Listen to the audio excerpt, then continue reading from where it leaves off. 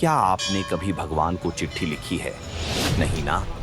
तो चलिए आज हम आपको भारत के एक ऐसे अद्भुत और रहस्यमयी मंदिर के बारे में बताते हैं, जहां भक्त अपनी मनोकामना भगवान को चिट्ठी लिखकर मांगते हैं। उत्तराखंड के अल्मोड़ा जिले में स्थित गोलू देवता मंदिर आस्था और न्याय का एक अनोखा केंद्र माना जाता है। यह मंदिर न्याय के देवता गोलू देवता को समर्पित है।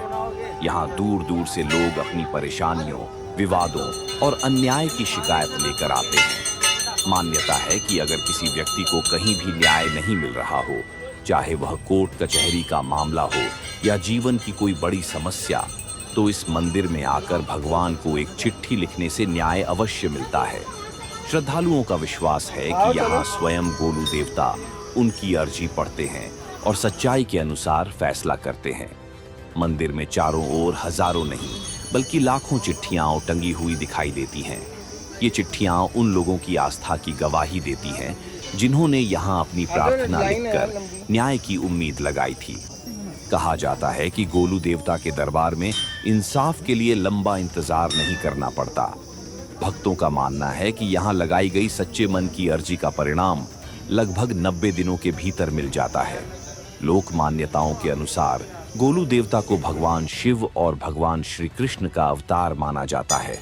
उत्तराखंड के कुमाऊं क्षेत्र में उन्हें ग्वैल देवता, गोलजू और गोरिल देवता के नाम से भी जाना जाता है।